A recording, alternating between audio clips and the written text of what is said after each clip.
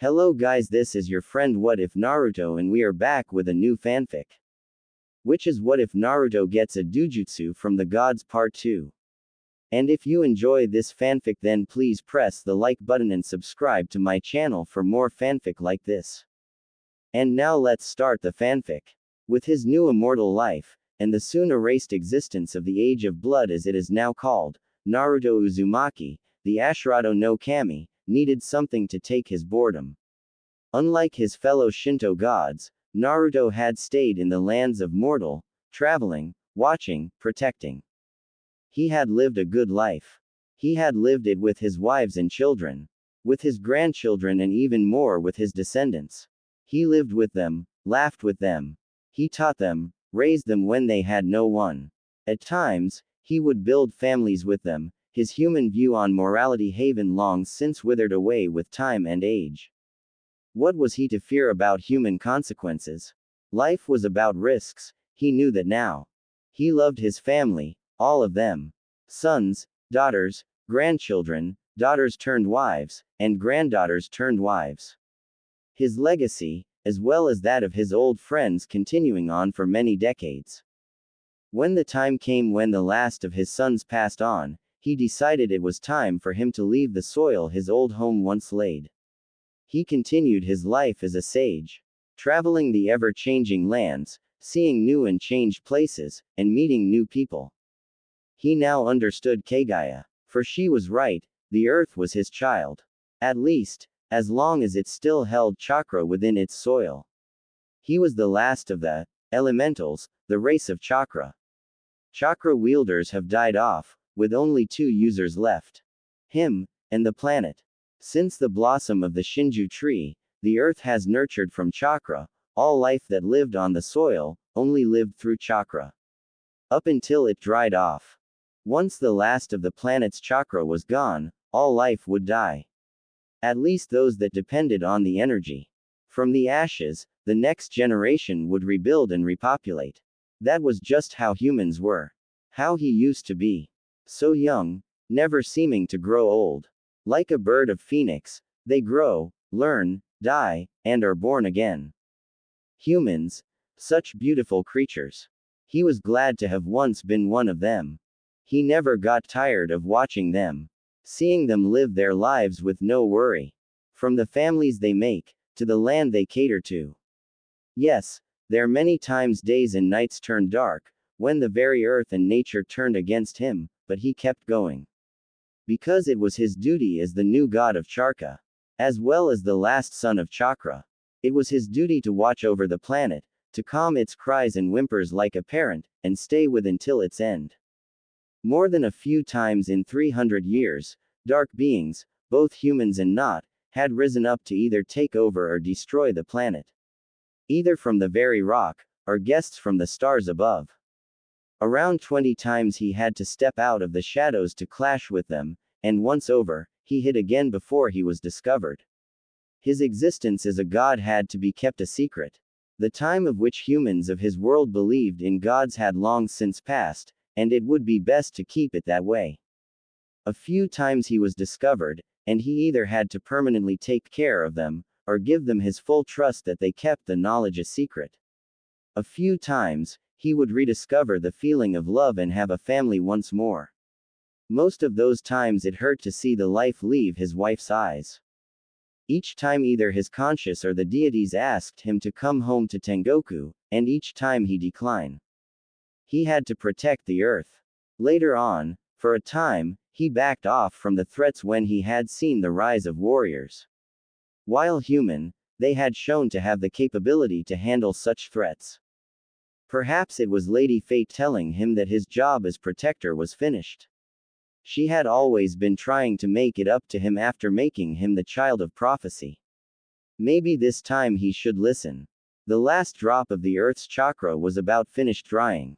He was tired, and needed a break. He had faced threats of all imagination. Humans, demons, aliens, even those bastard heretic gods. In all his travels, he had taken after his teacher, and had written stories.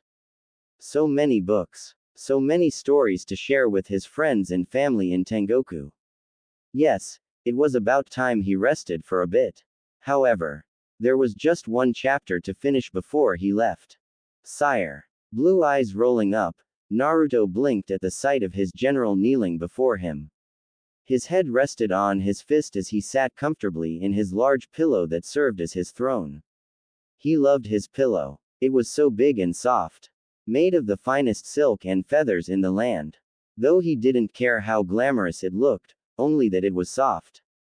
The rich life never interested him. Though he wouldn't make bad comments on the food in bed. What is it? He asked, his tone bored. He's been sitting on his all day, listening to those damn preachers give their boring reports and speeches. No wonder Tsunade Bachan was so cranky. He would need to give her a massage when he saw her. The Bantan army is seen approaching from the east. The scout estimate their numbers to be at 5,000. The general reported to his emperor. Naruto just blinked, not looking the least bit concerned. Closing his eyes, he laid his head back a bit, inhaling through his nose, he held it for a few seconds before releasing. Just a few more pages. He muttered. Sire. The general asked, hearing him say something. Opening his eyes, he looked at the man. Gather 100 of the best men in my elite. Tell them to prepare. At dawn, he move out. Sir. The general bowed and left to do as ordered. Sighing, Naruto rolled his neck, letting out a breath when he heard the pops.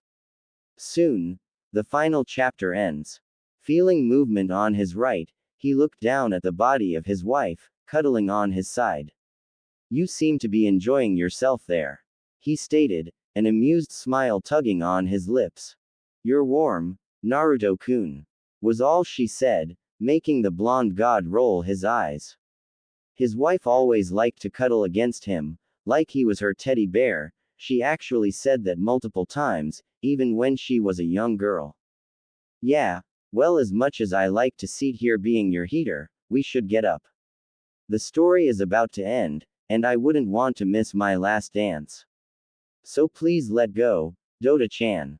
His wife pouted at him, opening her beautiful emerald eyes. Meanie, she muttered, making him roll his eyes in amusement. He always found it funny how his wife, his strongest general, could be a soulless monster on the battlefield as well as a strict empress, but a complete puppy when they were together. He spoiled her too much. Raising a hand, he petted the top of her head, ruffling her long raven black locks like he would do back in her childhood as he trained her. Feeling another movement on his left, he rolled his eyes as he looked at the other person cuddling his side. Long brown hair reached down to the floor, pulled up in a ponytail as cream white skin nuzzled against his arm. A silk pink kimono pooling on top of the pillow side. Arms were wrapped around his arm in a tight hold. The person smiled happily as they nuzzled their face against his arm. That means you too, Haim. He said to the female, getting another pout. But I don't want to, Sama. His daughter moaned, making him sigh. He really needed to stop spoiling his wife and daughter. Well, I need to get up, he said as he tried to get out of the tight grasp of his wife and daughter. His wife pouted, a twinkle in her eye. Only if you give us a kiss, she said, her daughter copying her. Naruto rolled his eyes. By the log, these two. All right, fine, he relinquished. Turning to his wife, he cupped her chin with released right arm, and planted his lips against hers. Dota moaned lowly as she felt his tongue brush against her teeth. Instantly opening her mouth, her moan grew louder as his tongue battled hers. She tried to overpower his, but knew it would be impossible with his experience, and her tongue was conquered easily. Her white cheeks burned red as she felt his tongue explore her mouth. Her breath was feeling like it was being sucked out by a vacuum, and when he separated, she was panting breathlessly. Turning to his daughter, Naruto leaned down, and smashed her lips against his, doing the same to her as he did to her mother. He had long ago stopped caring about what mortals defined as right or wrong. So years ago, when his own daughter expressed incestuous feeling for her own father, he merely shrugged and kissed her, followed by claiming her body and lover for his own. He was an immortal and a god, Human laws be damned to Jigoku, hell. With his two wives numb, Naruto stood up. Cracking his neck and back, he raised a hand and snapped. With a combination of henge and creation of all things, his clothes, currently a royalty red and black kimono with sakura petals on them, shifted and rippled, stretching and soon changed form completely. He now wore his battle armor, a crimson-plated samurai armor. His arms and legs covered in black light armor, and his black pants showing. On his back was his god symbol, a six-pointed sun, with a small swirl in the middle. Just then, someone entered the throne room. Father. The person said. Naruto nodded in greeting at his son. To others, his son would look like a stranger in comparison to him, given their vast differences in appearance and ago. Naruto looked like he was in his mid-20s with wild shoulder-length sun-kissed blonde hair, something rarely found in today's lands. His son, on the other hand, was in his mid-30s with dark black hair and a mustache. Only those in his family and closest friends knew their relationship, and the truth of his godhood. Hello, Nobu-kun. Are you prepared? Naruto asked as he walked to the side. Placing his hand on the wall, he channeled a bit of his chakra. The family watched as lines of sealing symbols spread throughout the wall, before in a large poof and cloud of smoke, they saw several weapons and scrolls hanging on the wall. Picking up his weapons, he sealed them on his body, as well as a few of the scrolls, before placing the last weapon, a massive butcher knife, on his back. The Kubikiribocho, decapitating carving knife. Once wielded by a man he honored. Once finished, he grabbed the 3 of the scrolls left, and moved to his wife and children, placing them in their hands. Nobu frowned as he looked at the scroll in his hand. He knew what this was. It held the final will of his father, as well as secrets only to be revealed to him, just as his mother and sister's scrolls also held their own secret. The last wisdom and knowledge passed down from Naruto Oda, the emperor of the Western lands, and clan head and secret founder of the Oda clan. Frowning, Nobu looked up at his father, his eyes barely hiding sadness. His father was leaving, and there was nothing he could do to change his mind. What will you do now, father? He asked. Naruto smiled softly at his son before he walked toward his sad wife and daughter, their eyes barely holding in their tears. He smiled at them as he cupped their cheeks. Smiling, he turned his head to the door. Come in, Gakis. No use hiding from me. The door opened and Naruto's other children entered the throne room. He had had many beautiful and strong children with Dota, and even a few with his youngest daughter, Oichi. He smiled at them while they held frowns. Today was the day. Listen well, my children. He spoke, getting their attention as they looked at him. I have lived in this land for much of my existence, both during its prime, and current times. I have seen its birth, and its destruction. I have protected it like a parent, nurturing it in its time of need. I have stayed by its side continuously and have learned its infinite secret. The fossils it buried and children it birthed. And most of all, I have raised a family for many eons. However, today, as the moon shines bright, its light bleeding crimson, my story in this world has reached its ending. At dawn, my existence in this land and future shall leaving its future and fate in the hands of the next generation. In the hands of you. But no, it does not matter to me if you choose to be its protector, or its conqueror. For the planet is one of free will. As long as you remember to caress its soil with love now and again, you shall always be loved back. Any action you take, I shall always love you like the father I am. As I leave the fate of the world in your hands, I leave you with my final words: power and glory mean nothing. For as long as you hold something precious in your hearts, the love of a mother, of a father, brother, sister, or lover, as long as you thrive to protect it, to grow stronger to ensure the protection of your precious person, and of your free will, you shall truly be strong. Hi-to sama. His sons and daughters cried out, tears falling down their cheeks, memories of the years their father loved and raised them, training them to be strong to protect themselves and their family showing in their minds. Smiling at them, Naruto nodded and made his way out the door, ready for his march to the battlefield for the last time. Ready to face his death. The battle lasted 2 weeks, the army of 5,000 reduced down to half their numbers in hours, with the Oda forces only suffering minimal damage. However, by the time the war was ended, the horrific news spread fast throughout the land. Naruto Oda, the head of the Oda clan, died in battle, taking the enemy's emperor with him. His death by a blade through his heart. The land reigned for many nights, as everyone cried at the last of their ruler and king. His family, while knowing the truth, cried truthfully as they would not see their father again for many years, only when they made their final trip toward the Holy Lands in the sky. Naruto's son, Nobunaga Oda, took his father's throne and promised to protect the lands like his father and keep it safe like his father had done. The planet has lost their god, his time watching over it coming to an end. Nobunaga promised to the heavens, what while he may not be a god like his father, he would take on the role of one to ensure his legacy. Meanwhile, sitting on a cliff over the home of the Oda clan, Naruto smiled as he finished putting the last words of his tale in his book. Once he finished, he closed the cover. On the front, displayed a golden image of the Oda flower crest, and the title under it. The last flower petal. Smiling, he sealed the book away. Standing up, he stretched. Sending the estate one last smile, he mentally promised that he would see them again. The same promise he always gave to his family whenever their last blood died.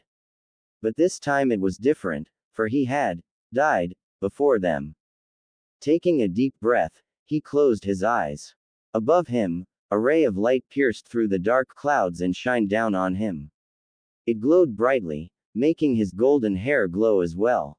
The last chapter ends. In a flash of bright light, Naruto Uzumaki vanished from the lands formerly known as the Elemental Nations, never to return again, as his last thoughts seemed to drift into the wind. And a new one begins. Chapter 3. A new chapter begins. Meetings. Present. Uzumaki residence. 2-san. I want chicken ramen. Chloe shouted out, her voice loud and proud. Pearl raised her hand high, a wide smile on her face. I want shrimp ramen.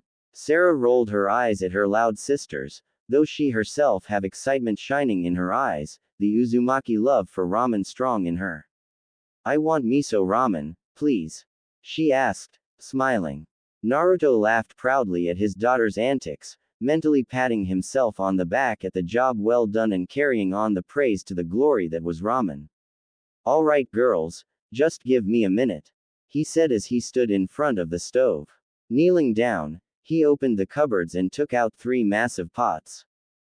His daughters have inherited his love for ramen, added in with their high metabolism, and they could eat 3 times their own weight. Look at him when he was their age. He could eat 10 bowls of Ichiraku ramen and not gain a single pound. Most people wouldn't dare invite the family to dinner if they knew that fact. It happened a few times in the past. Hey, if loving ramen or any food enough to eat in human amounts was wrong, he didn't want to be right.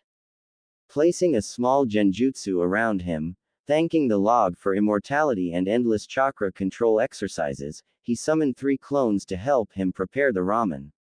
In 10 minutes, the family of 4 sat around the table, the large pots in the middle of them. Grinning widely, the 4 Uzumakis clapped their hands in prayer, and once Naruto filled their bowls with the soup substance, dug in. As they ate, they have small talks. The girls talking about what they learned in school, and whatever else they did. Naruto was happy that his daughters were born in a, while boring, simple life. As an ex-warrior, he had seen and experienced the horrors of the Age of Blood, as well as the following eras. Times of war and death. Half of the children he had after him Iwari, Boruto, and his other children, he had been forced to train to defend themselves on the threat of unexpected battle. He didn't want that for his 3 new children. He wanted them to experience what he never had, a real childhood. To be able to laugh freely and play around. Screw the knowledge of gods, himself included. Screw fates and prophecies. Screw monsters and shit. For just this time, he wanted to once again experience the peace he shared with Hinata and Shion and their children after the Shinobi War. To see his daughters not having to worry about learning deadly techniques or becoming shinobi warriors. From Zetsu, he learned the littlest he could about this Camp Half-Blood. Apparently it was like the Ninja Academy. Demigod children are sent there to learn survival and how to fight. And when deemed worthy, they are sent out on quests and trained to become heroes. Naruto scoffed at that. Please, the children are turned into nothing more than sources of entertainment to those arrogant gods. Some of the quests, from what he had been able to find out, had led to more than a few deaths. Yes, the elemental nations was the same. Konoha children trained from a very young age, but they started out small. That damn D-rank chores actually proved to be useful, as it prevented genin from meeting their deaths too soon. His C turned a mission flashing in his mind. But these demigods, they were ready by the time they set out. Hell, the gods don't even help their children if there is trouble. Just seating on their chairs and pray on their name or mothers that they survived. At least genin squads had jonin instructors. It was a good thing Naruto Uzumaki was here to fix things. Naruto Uzumaki, kicking arrogant or evil whenever needed. Foiling the plans of assholes, or pranking the of teams. All for the price of a bowl of ramen and slice of pie. As he refilling Chloe's bowl, getting a, "Thank you daddy," Naruto thought on his plan of action. He was assigned by his contractor to put the gods in their place. And after reading all the Greek history books he could, reviewing the actions done by the Greek deities on the mortal plane throughout their existence, having Zetsu secretly get information from their minds, he needed to come up with something that will help him take the gods down a peg. This wasn't an act of war. Nor was it a violent strike. It was a prank. Something that will embarrass, most likely scar as he planned carefully enough, them enough to make them realize something. While they may be gods, it didn't give them the right to play with mortals' lives. More than once, historical disasters had occurred only for their amusement. Example. Pandora, a once sweet and innocent girl, created by the Greek gods to be perfect in every way. Teaching her how to sing, made her very beautiful and talented. Then, they gifted her with a box, or a jar, as he found out from Zeus's mind, to present to Epimetheus, titan of afterthought, and as a wife. The box jar held all the world's evil and horrors, and due to making Pandora a very curious person, they knew she would open it and unleash all that was inside. This world was showered in evil, all so they could punish Prometheus, titan of crafty counsel and forethought, all because he gave the humans fire. They had released death, murder, disease, all evil imaginable on the planet, just because they didn't want to share. It just made him so angry. Slurping up his noodles, Naruto thought. His eyes half lit as a glowing red shined through the cracks. Children, they were nothing but children. And like all naughty children, they needed to be punished. Taking a fish cake in his chopsticks, Naruto raised it to his open mouth. However, before he could put in his mouth, his hand halted. His brow twitched once, twice. Muttering a curse under his breath, he sighed and put his sticks down. I need to take care of something, girls. He spoke up, making the sisters look at him as he stood up. I'll be right back, he said and was about to walk off, but stopped for a second, and sent them a warning look. Don't touch my ramen, he warned, pointing a threatening finger at them and walked off, his daughters giggling behind him. He stepped out his patio, closing the glass door behind him. Walking forward, he took a seat in one of the chairs outside. Sighing, he laid back, crossing his arms across his chest with a manly, childish pout on his face. I was in the middle of ramen, Tem. This better be good, he threatened. No one interrupted his ramen time. Hearing a scoff, he heard the chair next to him creak as the figure sat down on it. You and your ramen. Even after all this years, you're still addicted to the stuff. Now it was Naruto's turn to scoff. Of course. Ramen is the food of the heavens. The holly gift presented to mortal lands by Lady Inari herself. Its substance is more valuable than gold. More famous than any star in the cosmos. It is the stuff that hold peace in existence, that binds the love of every man, woman, and child. To go against ramen is to go against the very life itself. He declared loud and proudly. The figure stared at him in bewilderment. Quote. Wow, you have become even stupider than I would thought it'd be possible. His eyes twitching, Naruto glared at him. If you came all this way to mock me, then you can just leave my house, Sasuke. He growled. How dare the bastard mock his ramen speech? He's been practicing it for days. Sasuke Uchiha rolled his eyes at the blonde, regretting coming already. Like Naruto, Sasuke hadn't changed much since his first life in the elemental nations prior to the Fourth War. He looked to be in his mid-20s, and not a decade older. His hair was flat against his head, reaching his shoulders, with a bang covering his left eye. He got tired of the blonde's chicken jokes on his previous style. He wore a midnight black battle kimono with the sleeves taken off, a white undershirt, and a red sash around his waist. Around his collar were 6 white tomos. On his shoulders, he had kanji tattoos. Storm on the right, and War on the left. Over his heart, he had a small Uchiha crest, a red and white fan. On his right side, rested a katana sword, the hilt black, with an Uchiha fan at the butt end. Like Naruto, Sasuke had been given the honor of becoming a Shinto god. This was due to Naruto sharing half of his infinite Shinju chakra with the Uchiha, his body changing, awakening his hidden Otsutsuki genes. Though unlike his former rival, Sasuke didn't make such a big deal about his new godhood.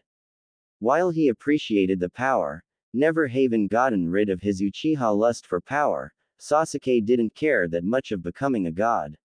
Unlike Naruto, he didn't go out across worlds, taking on a responsibility over mortals. Sasuke was completely satisfied with his life. He repaid his sins. He traveled the world, saw things, got married with Sakura, as she was the only one he trusted with the repopulation of his clan, was his excuse, had a daughter he could trust to lead the future of their clan, something he would come to regret down the road due to something he doesn't want to talk about, and he stayed on the planet watching over his descendants until the very end, and then went to heaven to reunite with his parents and big brother, and wife, daughter, and grandchildren. Sasuke didn't care about godly responsibilities. He didn't care about taking on a domain, or leading his religion. He just wanted to see things he never had before, and maybe fight strong opponents to test his power. Like he had when he and Naruto faced those heretic gods, as well as warrior gods from other religions and pantheons. Sasuke was the Shinto god of judgment, weather, and war. The Handen no Tenko to Senso no Kami. He also willingly served under Susanoo no Makoto, the Shinto god of storms. Raijin, Shinto god of thunder and lightning and also an elder god, as old as the time of Izanagi and Izanami. And Hachiman, Shinto god of war. His clan had been followers to the powerful gods for generations, and he proudly served them, learning under them. His domain was the harbinger of war. He summoned massive storms in the echoes of battles and war, symbolizing the fierce battles to take place between warriors. He also judged who was worthy of joining Senshi no Horu, Hall of Warriors, the Shinto religion equivalent of the Norse gods' Valhalla, where worthy warriors throughout the years rested and celebrated their victories or losses, being granted a warrior's feast and rest.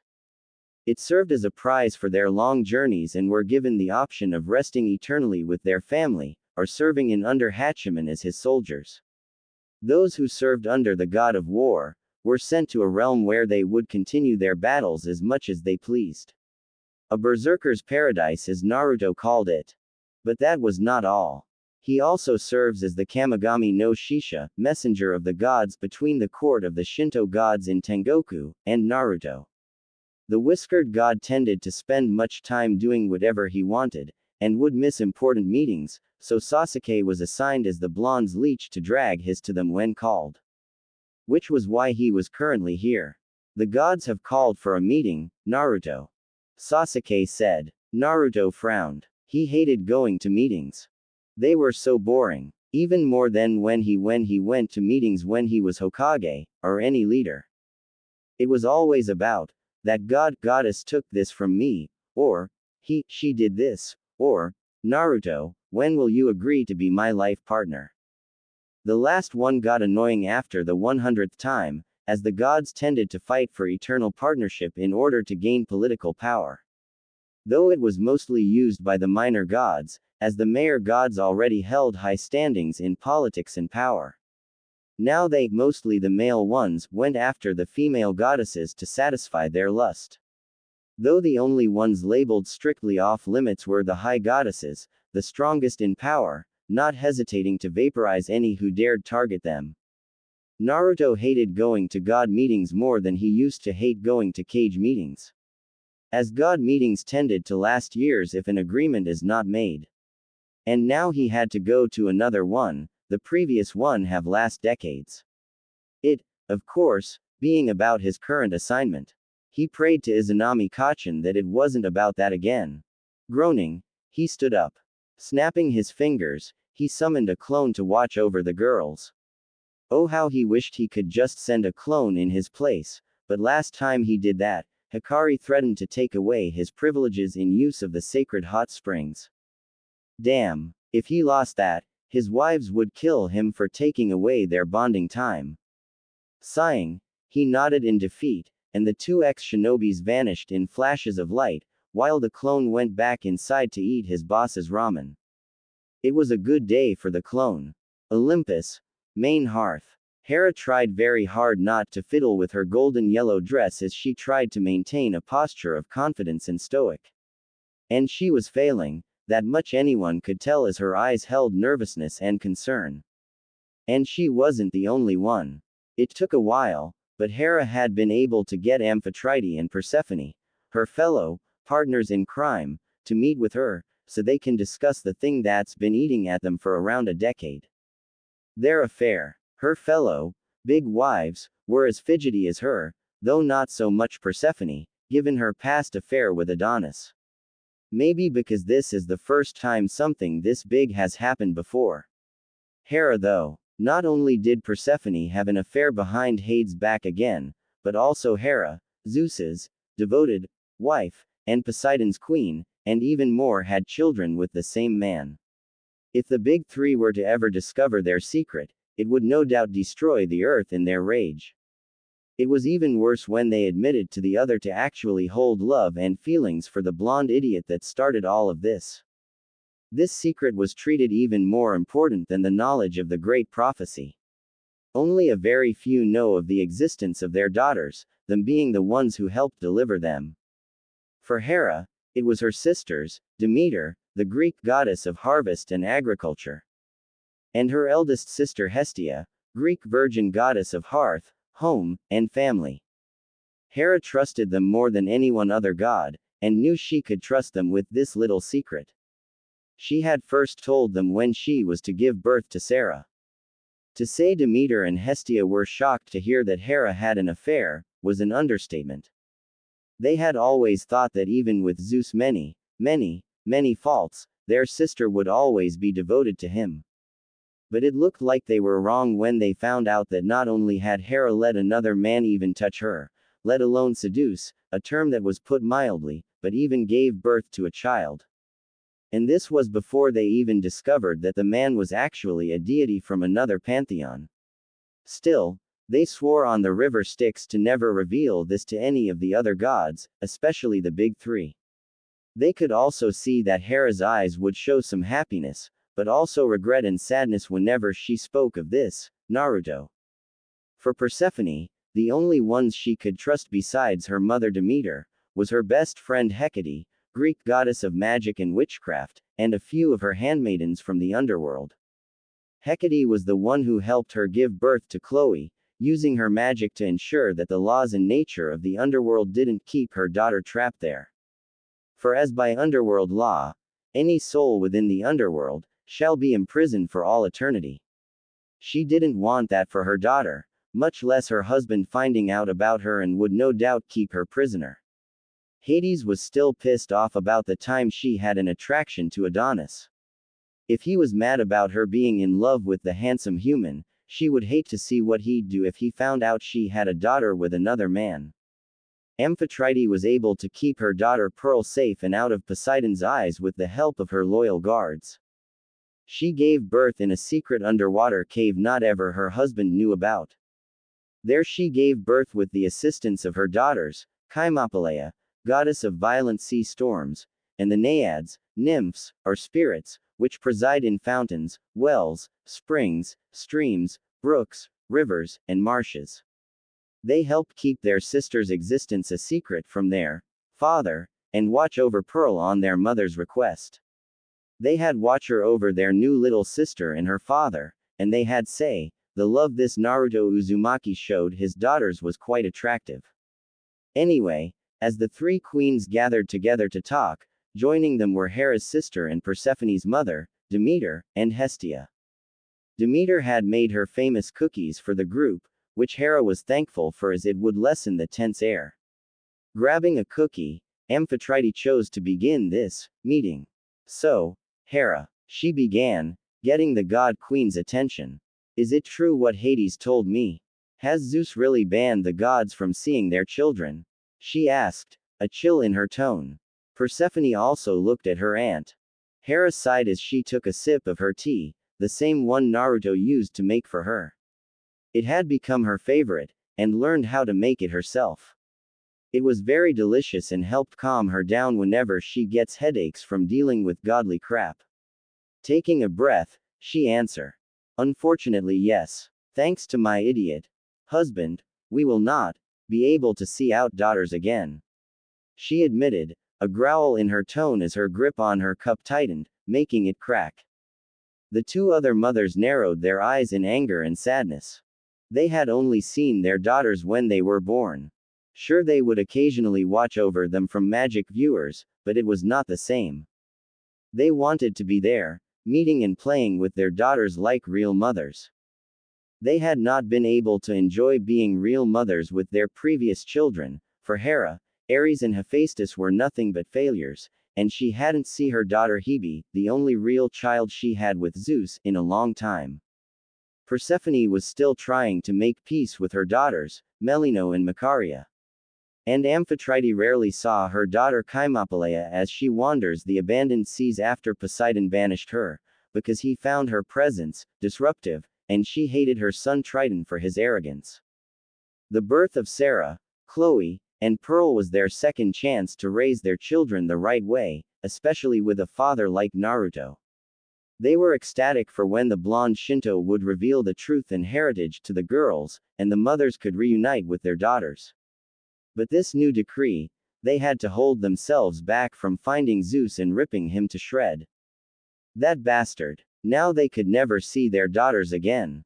Demeter and Hestia looked at the three queens in pity. Demeter knew what it was like to never see your daughter again. When she had heard that Persephone was to stay in the underworld forever, it broke her heart. However, she was lucky as she could reunite with her daughter only in the seasons of summer and spring. Hestia was the goddess of family, so it hurt her, both emotionally and physically, for this to happen. She wished she could have done more to change her brother's mind, but even she didn't have the political and/or actual power to defy or overrule the laws of the fates.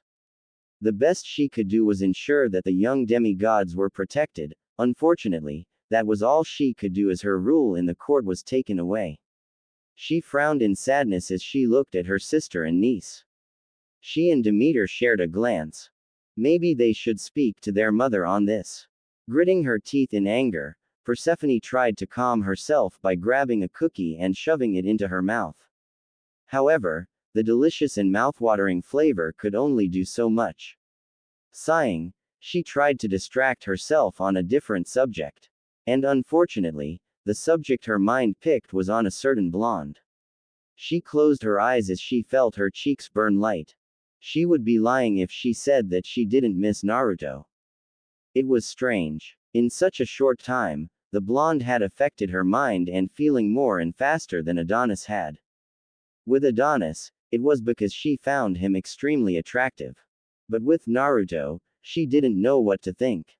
Yes, he was attractive as well, with a wild look to him. But it was more than that. The whiskered blonde had been able to get her out of her sad mood very fast and make her smile and laugh with his insane antics and silly humor. Just remembering the tales he told her about the pranks he did as a child still make her smile. She had always held an immense anger at Hades for not only kidnapping her, but also tricking her into staying in the underworld for eternity. When she had spent her 6 months of freedom in the mortal world, they had become the most enjoyable time in her life for when she met Naruto. There was a light around him that just made one feel like everything was okay, and gave your whole body warmth. She wondered if Hera and Amphitrite had felt the same when they were with him. Now that I think about it, we never did talk about our times with Naruto after we dropped out daughters with him. She frowned. She didn't know what to think on the fact all three of them had essentially slept and bared children with the same guy. A part of her thought that it would be the same as it was between her and Aphrodite with Adonis, fighting over the same guy. She wouldn't deny that a part of her heart longed to feel the touch of the blonde Shinto again. And not in the sense of touch. Her time with Naruto was fantastic, amazing even, and she unconsciously longed to be in his arms again. Sure, she was still pissed at the fact that not only did he keep the fact that he was a god from her, but also that he had had multiple lovers and wives, to which he still saw with his access to enter his religion territory of heaven. A part of her wondered what he thought of her with the fact that he had, and still did in a sense, wives awaiting for him to return. Did he see her as a consort? A whore to pour his lust at? Did he actually hold feeling for her like she did with him? And more importantly, how can those women actually be okay with the fact that they are actually sharing their husband?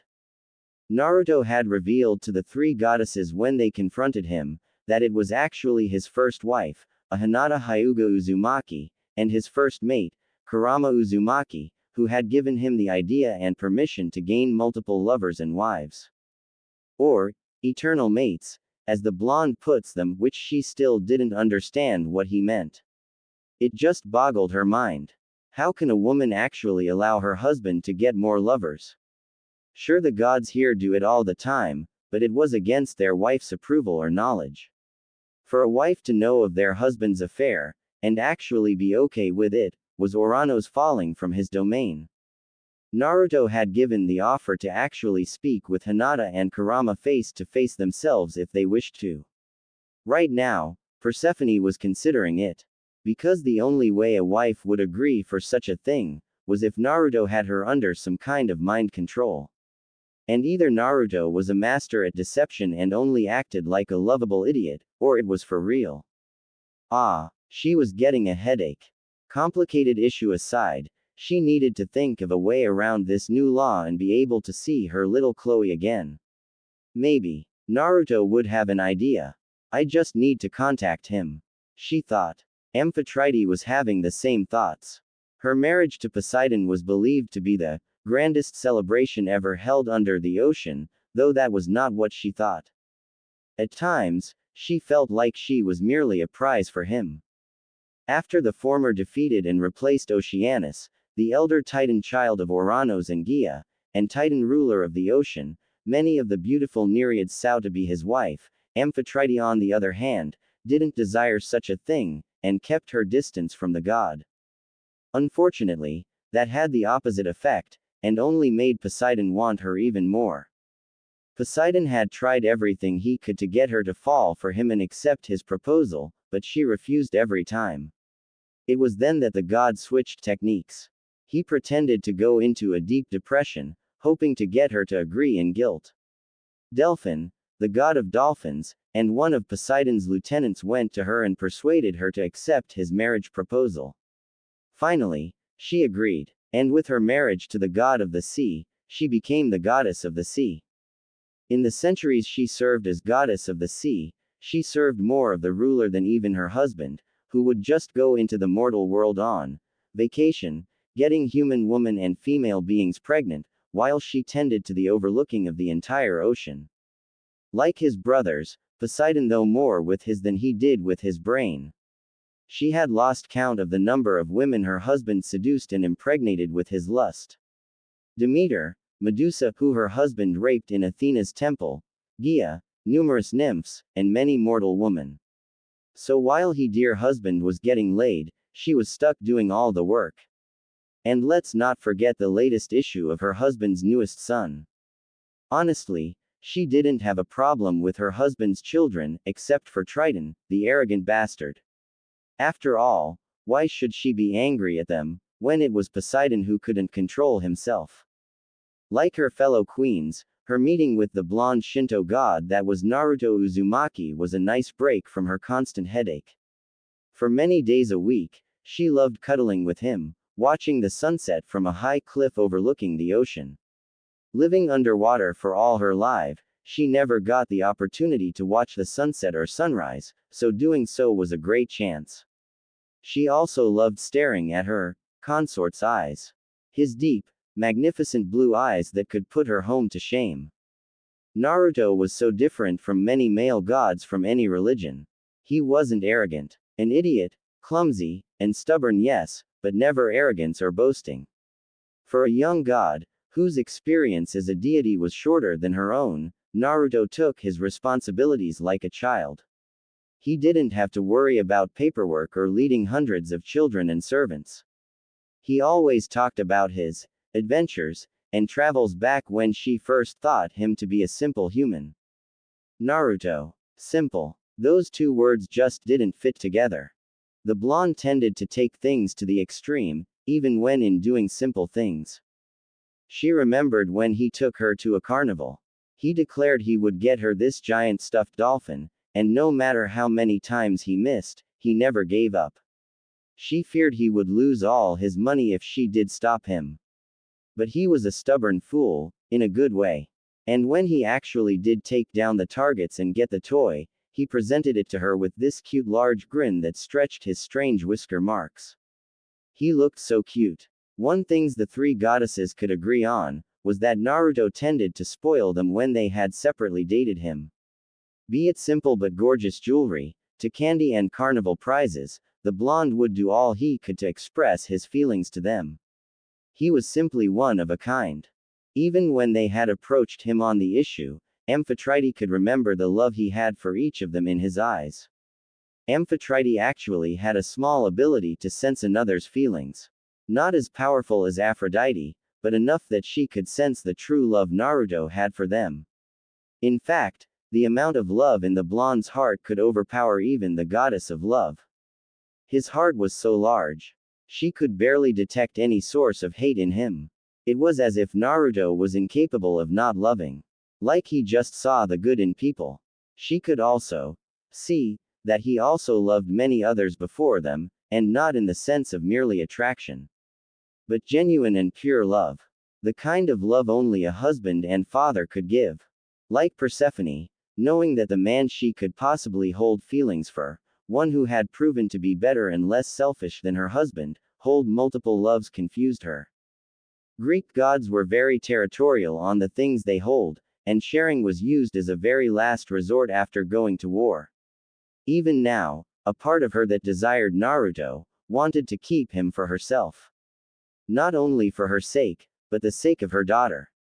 She had watched her daughter Pearl from a distance or through water surfaces as within her power as a water major deity, she could use any body of water as a one-way mirror. And when she couldn't, she would have one of her loyal servants or daughters watch over her. She truly wanted to be in Pearl's life as a mother, along with a father that would love and care for her. But what about the other two demigods, and Hera and Persephone? She didn't want to declare war and drag her daughter into it. She could actually image a life where she was sitting in a comfortable couch in Naruto's living room, playing with Pearl. At the side were Hera and Persephone playing with their own daughters, while Naruto watched them with a smile. She faintly recalled talking to Naruto one last time before she left after dropping of Pearl. When she asked him how he was able to handle a family such as his, with multiple lovers and children, he just shrugged. If you asking how I could possibly have so many lovers. Well, I love them, and they love me. It's not as complicated as it seems. While I may be an immortal, love is not something that can be waited on forever. I don't believe in one-night stands, or nights. Love is something that should be cherished and cared for. If I love someone, I don't hesitate to tell them, or it's gone forever. I've learned a long time ago, and don't want to make the same mistake again. Sure, it might seem strange for me to be able to have more than one wife, but I would rather be able to make everyone happy, than to cause pain when there was a way to prevent it. I had once nearly lost friendship because I hurt someone who loved me with her whole heart, even when I was already taken. I have a harem, as most tend to call it, not because I merely want to collect women, but because I know that their love is real and pure. Sure, more may call me a pervert and other things, but on my long life, I learned that I would rather keep a hold on love, than lose it forever. Believe my words when I say that I love each and every one of my wives and mates, and no one is above the other for my affection. And now this, Tri-chan. I'm not the kind of guy to have a child with someone just for the lust. I had with each one of you because I love you. I still do. Even if you do not accept my feeling as you are married, I will always love you. No matter what. That last part nearly brought her to tears in regret. She felt like she had used Naruto the night they had for her selfish reasons. Amphitrite frowned in thought. She knew that she loved Naruto, maybe not enough right now to instantly join his family, but it was much more than she had felt for Poseidon, and the thought of raising a family with him lingered eternally in her mind. Still, she needed to think on this before she made any decision. Hera sighed as she looked at the conflicted looks on her sisters' faces. Like her, they were no doubt reviewing their marriage and the blonde who started all of this.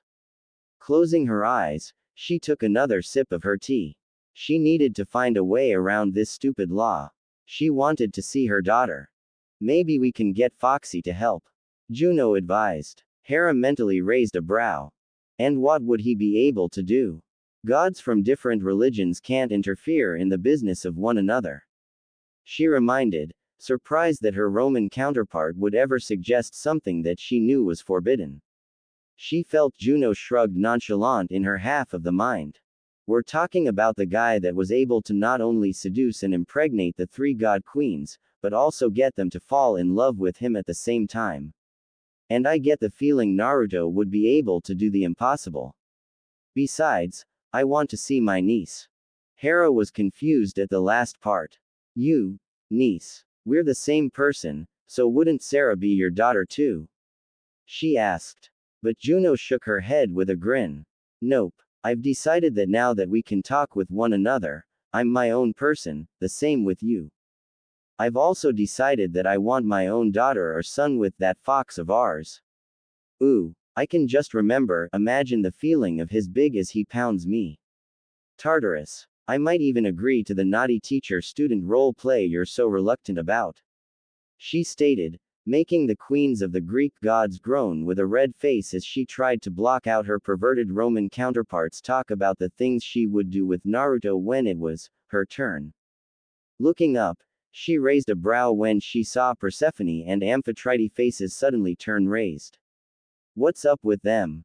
Yeah, she flinched when the sudden shout of the embarrassingly childish, or Naruto-ish, Juno echoed in her head. Looks like I'm not the only Roman goddess joining the party. Eyes widening when she figured out when Juno meant, Hera groaned and buried her face in her hands.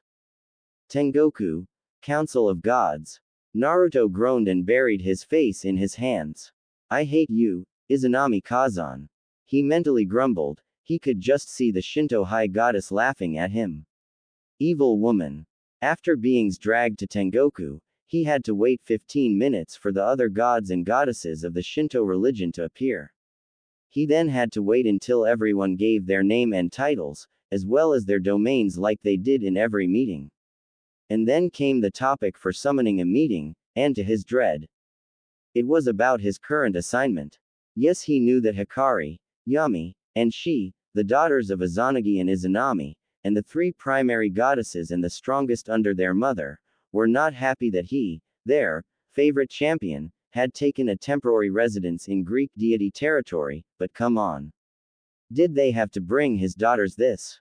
He shot a glare at the amused Sasuke who sat on his chair next to him. Rolling his eyes, he leaned his hard on his fist as he half listened at the rokus the Shinto deities were bringing up and curses sent to the Greek gods. Sheesh. He knew the two pantheons didn't like one another, seriously, they were acting like children. Sighing, he decided to distract himself with his thoughts. Even after all this time, it was still hard to believe to he, Uzumaki Naruto, once a young idiotic, still is, kid who always shouted about being Hokage, was done the impossible had become a god. His life went taken adventure and excitement to a whole new level. Rescuing princess and rulers, beating down idiots who wanted to rule the world, running from massive machines and or animals who wanted nothing more than to eat him, was now like a summer job to him. Just because he transcended immense levels of power, didn't mean his luck had gotten any better.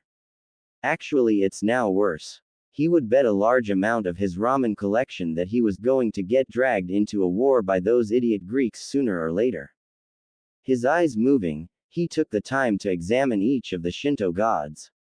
Unlike the Greeks, the Shintos didn't have deities for basically anything and everything. Shintos focused more on military and warfare, like the Romans. Sure, they were a bit old school, as kids would put it, but sometimes, old was good. He first looked at the primary three, Hikari, Shi, and Yami. They were the strongest of the second generation of Shinto gods, being created by Izanagi and Izanami. They was stronger than even Zeus, Poseidon, and Hades, no doubt about it. In fact, unlike the three Greek brothers, the sisters' power was strong enough to create worlds from nothing. Hikari, also known as Hikari no Megumi, the Shinto goddess of light and life. She was the eldest of the sisters, made the ruler of Tengoku with an army of angels, and the first to bring light to the world. Hikari was perhaps the most gorgeous woman Naruto has ever seen, challenged only by her sisters. She had long gold blonde hair that reached her shapely rear. Her beautiful light blue eyes shined with love, happiness, but most of all power, daring anyone to challenge her rule. She wore a pure white kimono that hugged her slim figure, pressing tightly on her, with a teasing amount of her cleavage in view. Naruto always felt like he was being teased whenever Hikari would bend her body forward a bit when the two of them were meeting, expressing more of her cleavage at him. She wore a bit of jewelry on her head, a lace made of gold framing her crown, and small diamond earrings. Yami, known as Yami no Megami, Shinto goddess of darkness, was like a darker version of Hikari. Whereas the light goddess had soft pale cream skin that seemed to glow when hit with light, Yami had a darker, mocha tone. Her hair was a very dark, nearly black, brown that one wouldn't tell unless they were really close. It reached down to her waist, with a bang covering her right eyes, giving her a look. Her eyes were a crimson red that shined in mischief, chaos-seeking, and lust, the latter mostly targeted at the whiskered blonde. At times, whenever he was alone with Yami, he always got the feeling like she was holding herself back from raping him. Which is why he always brought Sasuke with him to use as a meat shield while he escaped.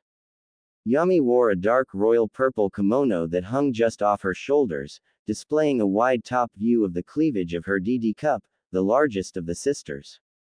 She didn't wear much jewelry, simply red ruby earrings and a necklace with a dark black crystal. On her plush and kissable lips, she had red lipstick. Yami was a physical tease, and would take any opportunity she could to press whole front on him, pressing her on him. Naruto was glad he was a god, or he would have died from blood loss a long time ago. Even now he could see the goddess giving him lustful looks, making him gulp. Yami was the ruler of Jigoku, the Shinto underworld where sinful souls were punished severely.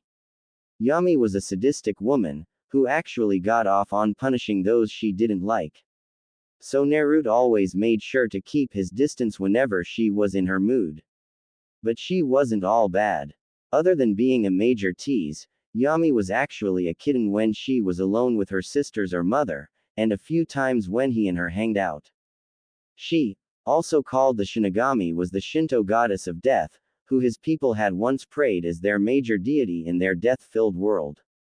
Unlike the old images drawn by his people, she was not some demonic entity with dried-up pale purple skin, shaggy long white hair, and a demonic face. He had found out that it was actually a costume she used to prevent humans from seeing her real appearance. No, she was actually a beautiful woman with pale pearl white skin as smooth as silk, long silver white hair that flowed down to her back like silk, with a few bangs framing her heart-shaped face. Her eyes were a moon-like silvery pale yellow with black sclera. She wore a midnight black kimono with a bit of her CC visible in cleavage. She wore no jewelry, but had black lipstick and black nail paint. She usually had an impassive look on her face, finding meetings very boring. She was the ruler of the Shinigami Corps, agents under her who worked to find any lost soul and either sent them to Tengoku, or Jigoku. Like Naruto, she likes to miss meetings. She was actually the one who gave the Uzumaki clan the Shiki Fujin technique and Shinigami mask which summons her their realm, for her own entertainment. When Naruto questioned her on why she would do that, she would just shrug and saw that she was bored. Naruto had first met the three when he first became a god, being congratulated on his new status and saying that they were impressed with his action. As he trained in his new godly powers and immense levels of chakra, he got to know them, and would admit that he actually liked the women. With his growing experience with the feelings and the workings of the famine mind, which took a long time, Naruto had begun taking in the hints from them of them showing affection and lust at him. While he was flattered and honored at have actually been able to capture the hearts of the impossible goddesses, he was scared of what would happen if he released his restraints and let his hormones out. He could sense the pheromones coming off the three, as well as several other goddesses aimed at him, and it drove him crazy. Now he knew what Sasuke felt when he was being chased by his fangirls. Yes, he had had many wives before, and a few flings with other goddesses. He didn't know if he could handle a full-on relationship with so many. He could barely handle his mortal wives. Not to mention that he was raising his newest daughters and trying to figure out how he should handle the whole Greek god assignment, without causing a war.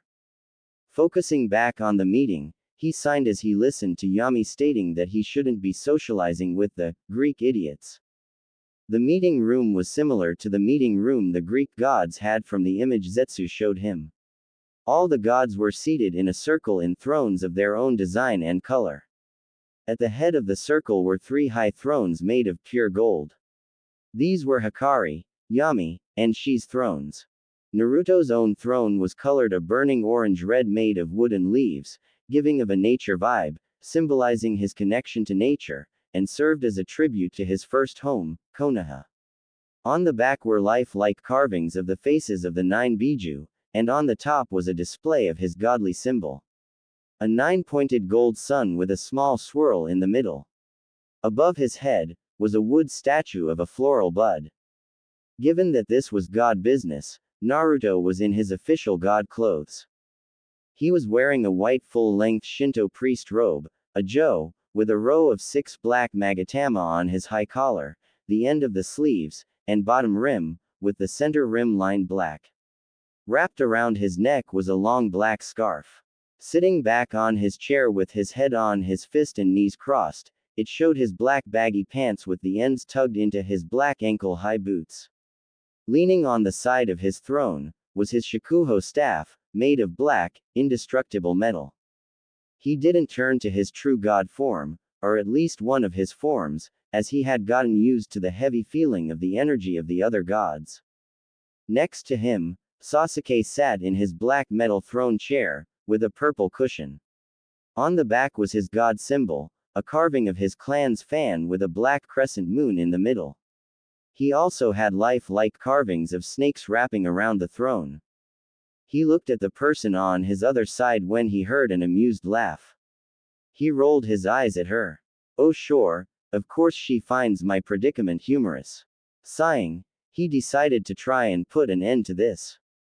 Sitting up straight, he cleared his throat to get Evaon's attention. Listen, I know that you guys have problems with the Greek gods, but it was my decision to accept this task, and I'm doing it. He stressed. Hikari frowned at her favorite man with a concerned look. Please understand, Naruto-kun. The Greek gods have proven more than once to let their arrogance and power go to their heads. Having you in their realm would no doubt make them believe this to be an act of war. While we may be slightly stronger than them, they hold more numbers. Plus, my sisters and I are merely concerned for your safety. We can sense a large change in power to come very soon in that world. We cannot tell what it is, but we need to be cautious. Naruto nodded. He too had sensed strange pulses of dark power ripple the earth at random times, too fast for him to track. I do understand your worry, Hikari Haim. However, in my time in that world, I had gained friends, and most of all, a family. A grunt made him look at one of the gods. Yes, your daughters. Ones you had with Greek goddesses. The three queens. He stressed. Naruto narrowed his eyes at the male god. Is there a problem, Ryujin? He demanded. Ryujin was the Shinto god of the sea, usually taking the form of a massive dragon serpent with diamond-hard blue scales and a body length that stretches for miles. However, for the meeting he took on a human from, having long blue hair, gold eyes, and wore dark blue armor. Naruto didn't like the sea god. He was arrogant, and always tried to challenge him into a fight to prove which of the two was stronger, even though Naruto won most of the time, though barely against the older and more experienced deity. Ryujin growled at the blonde. Your actions with the goddesses has shifted the balance of power between pantheons. There is a reason why children between religion deities had been deceased. The other gods shared a glance. It was true, last time two beings if different pantheons led to the birth of a child, it led to a war for power. Most would take this a plan to obtain power and a declaration of war, especially those Greeks. Naruto let out a beastly snarl of anger. His eyes flashed crimson as he glared at the sea god. My daughters are not born for the purpose of power, but from love. He stated. Ryujin only scoffed. Love. Please, like those idiot Greek gods would actually feel anything that wasn't lust or greed. If it isn't power, they wouldn't give a damn. Like you. Naruto countered, making the dragon man growl at him. All right, enough. Hikari ordered, making Naruto stand down, as well as Ryujin, though the latter was reluctant. Naruto, I know that you love your daughters, and don't want them to put them in a situation. But I have to somewhat agree with Ryujin. Naruto shot her a betrayed look. She quickly put her hands up. I'm not saying you did what you did for power. I know very well that's not the kind of person you are. However, this still hold problem. Your daughters not only hold fragments and the blood of Greek goddesses, but also the blood and partial power of a Shinto god, one that who himself holds the power of a primordial being, the Shinju. As we all know, the Shinju was one of the ancient artifacts created by the Kotoamatsukami, distinguished heavenly gods, the very first primordial Shinto gods in existence. It's older than even as old as Izazagi-sama and Izanami-sama. Ryujin scoffed. And its power is given to a brat. He grumbled, getting a glare from Naruto for being called a brat. Also glaring at the dragon for a sec, Hikari continued. As I was saying, Naruto, your daughters not only hold fractions of the Shinju's power as far as we know, but also the blood of Greek goddesses. Their power could be immense, making them targets for those who would seek to use their power. Naruto growled threateningly, his Genshijigen flashing. If anyone dared harm his precious daughters, he would rip them apart. Sasuke glanced at former teammate and rival, sensing a spike in his chakra. He knew Naruto, as his job as his best friend. The blonde was very protective about his family.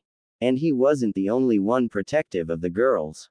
After all, he was the girls' godfather. The flames of Jigoku would freeze over, before I let anything harm my daughters," Naruto declared, making Hikari smile. She blushed slightly as she really liked when Naruto goes into protective father mode. That was quite a turn on for her. "Naruto-kun." He looked at the deity at his side. "We all know how much you love your daughters. Just know that if ever needed assistance, I'm there for you." Naruto smiled. "Thank you, Inari Hime." He thanked the fox goddess. Inari Okami, the Shinto goddess of rice and fertility, as well as the fox goddess. Like Hikari and her sisters, Inari was a very beautiful, breathtaking woman with dark blue hair tied in a braid that reached her shapely rear. Her gold eyes glowed with vertical slit pupils. She wore a red and white kimono that showed much of her D-cup cleavage visible and stopped very short under her rear, leaving much of her legs visible, and a pair of blue sandals on her feet. On top of her head were 2 twitching fox ears, and coming from her tailbone were 9 silver fox tails. Like Naruto, she had whisker marks on her cheeks. Unlike Kurama, who only had the appearance of a 9-tailed fox, Inari was the real deal. Her power could make Kurama look like a kid in comparison. Naruto was actually great friends with Inari. After all, Inari was the creator of the food of the gods, ramen. He had literally asked her for her hand in marriage when he found out, to which she actually agreed. Naruto smiled and placed a hand over Inari's. He gently squeezed her hand. "Thank you, Inari Hime." Inari just smiled back at her mate. She really liked Naruto. Back when he was a child, she had watched over him. Naruto had a true heart of a fox. He was mischievous, liked pranks, and was loyal to a fault. She had fallen for the young blonde ever since, even before Hikari, she, and Yami did. Naruto was her foxy warrior. She had been there when he was still a young god in training, helping him tap into his primal skills. Through the time they spent together, they grew close. They mated, and hopefully, would even have children one day. Naruto looked around at the other Shinto gods gathered at the room. Some of them he made allies with. Others were neutral, and a few hated him for once being human. At the top were of course Hikari, she, and Yami. Going around the room counterclockwise was Amaterasu Omi Kami, Shinto goddess of the sun. She was the 4th-rated most beautiful woman in Tengoku, equal to the 3 sisters and Inari. Even Sasuke blushed when he saw her. She had love-raven silk hair that flowed down to her waist. She was wearing a black kimono with a red sash and red flames on the bottom. Her skin was pearl white with red lipstick. She was sitting on a red throne with flame carvings. Next to her was Ame no Uzume, Shinto goddess of dawn. She had long brown hair with dark brown eyes, wearing a gold kimono. Her throne was gold-colored with a half-sun carving on the back of the throne. After her was Fujin, Shinto god of wind. Unlike most in the room, Fujin was actually a big green oni with a bag filled with wind slung over his back. His throne was green with swirl designs. Sitting on a dark red throne was a man of large size. He had strong muscles wearing red armor with spikes on the shoulder. On his back and sides were many weapons. His head was hidden in an oni-style helmet, with glowing red eyes burning through the eye holes. He was Hachiman, also known as Hachiman Shin or Yawata no Kami, the Shinto god of war. His throne was made of black marble rock with carvings of swords coming from the back. Sitting next to him was Inari, then Naruto, and Sasuke. On Sasuke's right was Omoikan, the deity of wisdom and intelligence. His appearance was that of an old man. He was one of the wisest of the gods, often giving advice and counsel to the other Shinto gods. His throne was made of wood. Following on was Raijin, the Shinto god of thunder and lightning. He was Fujin's brother, being a large red oni. Behind him was a large wide golden ring with circular drums on it, with 3 circling tomos on each of them. His throne was red with lightning bolt designs. Like his brother, Fujin, Raijin was an elder god, as old as Izanagi and Izanami. Next to him was Ryujin. Next was Sujin, the Shinto god of water. Sujin actually the lieutenant of Ryujin. He was a light blue dragon in his true appearance. In his human form, he had light blue shoulder-length hair and light blue armor. His throne was similar to Ryujin, blue with wave designs. After him was Susanoo no Makoto, the Shinto god of storms. Brother of Amaterasu and Tsukuyomi, Susanoo was a mature man with dark raven hair, dark eyes, and a white and gold lining attire. His throne was a gray color with gold lightning and clouds carved at the bottom. Lastly, sitting to the left of Shin, was the Shinto goddess of the moon, Tsukuyomi, or Tsukiyomi. She was the twin sister of Amaterasu, but while Amatsuru had long dark hair, Tsukuyomi's hair was a shining silver, her eyes were silver to Amaterasu's burning red. She wore a silver and blue kimono with a golden moon in the back. Her throne was like it was made directly from the night sky, black marble with shining stars on it. While their numbers were lesser than that of the Greek gods, the Shinto held power and military forces and mines. There is one thing I wish to know. Amaterasu spoke up. She looked at Naruto. Naruto Domo. How exactly do you wish to strike the Greeks without having a war break out? She asked, making everyone look at the blonde god. Naruto leaned back on his chair, he placed his elbows on the armrests. His hands tangled together, he placed them over his mouth. His pose similar to the one he saw his Hokage Jiji take many times when he was younger. Holding a thinking expression for a few minutes, he then opened his eyes. His Doujutsu flashing, the 9 tomos spinning around hypnotically. When I was a human, and a child, I had a great strategic mind when it came to pulling pranks. Every move, planned. Every moment used correctly, never wasted. Through the Fourth War, that mind only grew. What I must do, is not an act of war. No, it is simply a prank. The Greeks have grown arrogant. It is time someone knocked them off their high horse. They all have weaknesses. Skeletons in their closet they don't want to see brought into public. Well, I think it's time they got a visit from the old master of pranks. He declared, wide and wicked grin on his face, making Sasuke sigh and facepalm, and Inari giggle and clap, excited to see her favorite blonde pull pranks again. Hikari, she, and Yami shared a smile. They almost pitied the Greeks when Naruto pranked them, almost. If there was one thing Naruto was great at, it was messing with those who deserved to get pranked. Soon the meeting ended and many gods left to go back to their domains. Sasuke was going back to see his family. Naruto was going with him, wanting to see his family again, but he first needed to check on a certain someone. Opening up a dimensional portal, he walked through. After a second of darkness, he stepped into a new location. A place of nature. Trees as high as skyscrapers covering the area like a jungle. A realm that would put Mount Myoboku to shame. Smiling at the immense feeling of nature energy being absorbed into him, he looked around.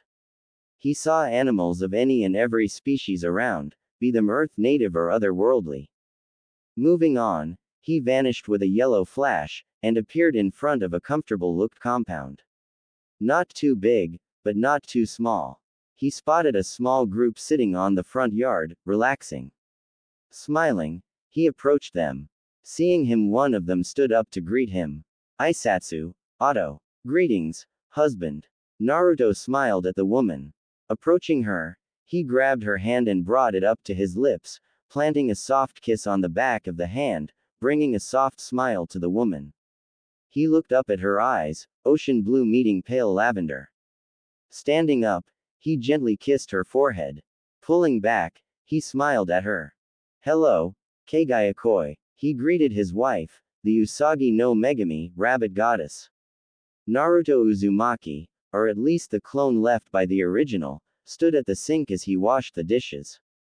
Yep, just another day being a father. Behind him, he could hear the laughter of his daughters as they played in the backyard, chasing the fox Kurama, while said Biju enjoyed the time she spent with the young Uzumakis. Her unofficial nieces, stepdaughters.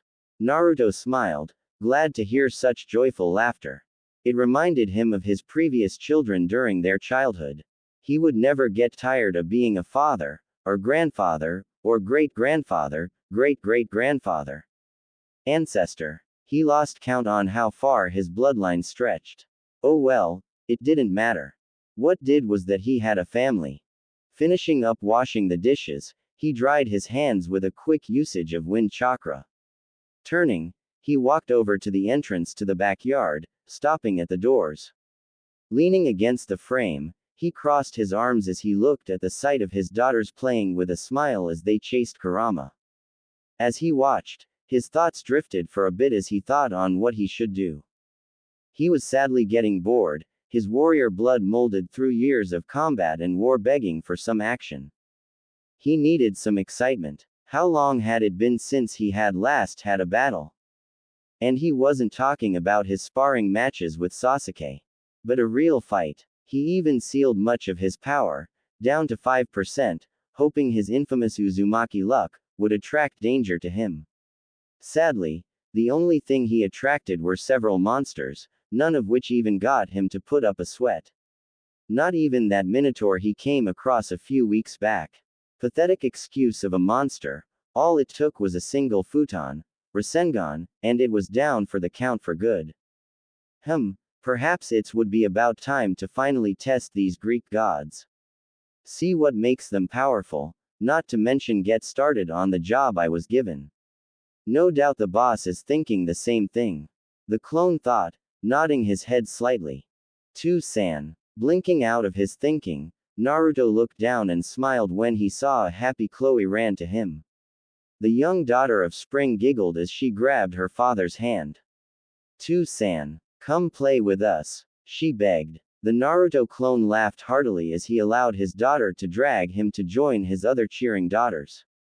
Naruto's sanctuary dimension. With a relaxed sigh, Naruto laid back on the soft ground, his wife Kagaya sitting on her knees like the princess she was beside him, drinking some tea. 2 other people were with them. The area was covered in a large shadow, provided by the large cloud blocking the sun over them. The gentle breeze caressed his skin and hair as he enjoyed the untainted nature energy around him. His body subconsciously absorbing and becoming one with it, attracting animals to him like a beacon as rabbits, fox kits, birds, and even deer laid down around him or on his chest. Opening his eyes, which were now golden from his Senin Moto, Naruto's lips twitched as he looked up at the clouds. Though instead of toad bars for pupils, his were now in the design of a ++, with 2 pairs of slits in each eyes. One vertical slit crossing through a horizontal bar 1. Due to becoming a deity, his connection with toads had been severed thanks to his immense chakra disrupting his signature from the contract. Not that he needed to sign a contract to summon animals, as he had his Chikushodo animal path, so he still kept his friendship with the toads. Unlike how Nagato did it with his Rinnegan, Naruto didn't overtake and control the wills of summoning animals, and instead build bonds and alliances with the clans. Now I understand why Shikamaru loved doing this so much. He thought as he stared peacefully at the moving clouds. He took a deep breath, taking in the clean, pure air. The air here was a large contrast to the one on Earth. While the air there was polluted by factory smoke and waste, his air was created and cleansed by nature and plant life. It was also fertilized with chakra to help strengthen the weakened body and get rid of any and all illness as it filled the lungs. Smiling faintly, he took a glance at the image of his wife. Back in the Fourth War and a bit after it, if someone told him he would one day end up married to Kagaya, his most powerful enemy, he would have slammed a Rasenshuriken into them for the sick joke. After sealing the ancient woman into his body, he had thought he would never see her again. However, he was wrong. Around 3 centuries after he became a god, he had decided to finally confront Kagaya. He explored the labyrinth that was his mindscape. He couldn't believe he hadn't thought of exploring around before. It was there, deep in his mind, that he found Kagaya. Flashback. Naruto blinked as he looked at the form of the still woman, sitting calmly on the hard floor. Her prison was similar to Kurama's old cage, thought scaled much smaller in size. The place looked like a prison, the dark chamber barricaded in thick stone walls. The lighting was very limited, with the chamber colored a golden yellow. He stared silently at the still woman, sitting on the floor, not ever moving to show that she was aware of his presence. But he knew she knew he was there. He could feel it, the slight twitch in her chakra. He didn't say anything, simply waiting for the woman whose power he stole and imprisoned. What do you want? After several tense minutes, she spoke. Her tone still as impassive and icy as he remembered. It felt like yesterday since they were kicking each other's asses. Guess it's true what they say. Time sure flies by, especially if you're immortal. Hello, Kagaya, he said, keeping his voice straight, not showing any emotions. Kagaya opened her eyes, her pale, Byakugan eyes, currently deactivate, glaring at him with barely controlled anger. Not that he could blame her. The mother of chakra glared at the young god, her hands on her lap twitching for a split sec. The boy, the one who had stopped her plan, who separated her from her son, Black Zetsu, stole her glorious power, and imprisoned her in this ghastly place. He dare mock her by appearing before her. What do you want, boy? She repeated, her tone the same. Naruto sighed, passing a hand through his shaggy blonde hair. When was the last time he had it cut?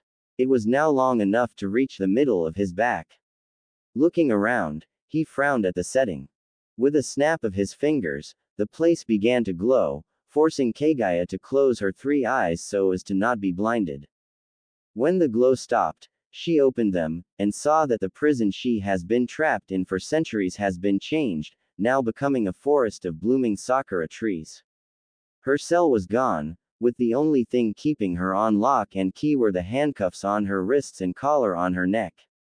She frowned in confusion as she glanced at the cuffs, scowling at the feel of the collar. Did he think her a dog? Before returning her blank glare at Naruto. Said blonde sat down with a sigh on the soft grass.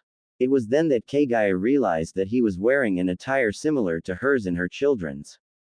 Was he taunting her? Feeling the barely visible glare aimed at him, Naruto opened his eyes and looked at the woman. His eyes showed a tired man as he sighed. Are you able to see events that happen out there? He asked her, truthfully curious. Kagaya was silent, just glaring at him. Naruto just smiled gently at her. I guess not. Kurama-chan and the others did everything they could to keep you very locked up, hiding you deep in my mindscape. Possibly so you wouldn't try and influence me. Took me a while, but I was able to locate you.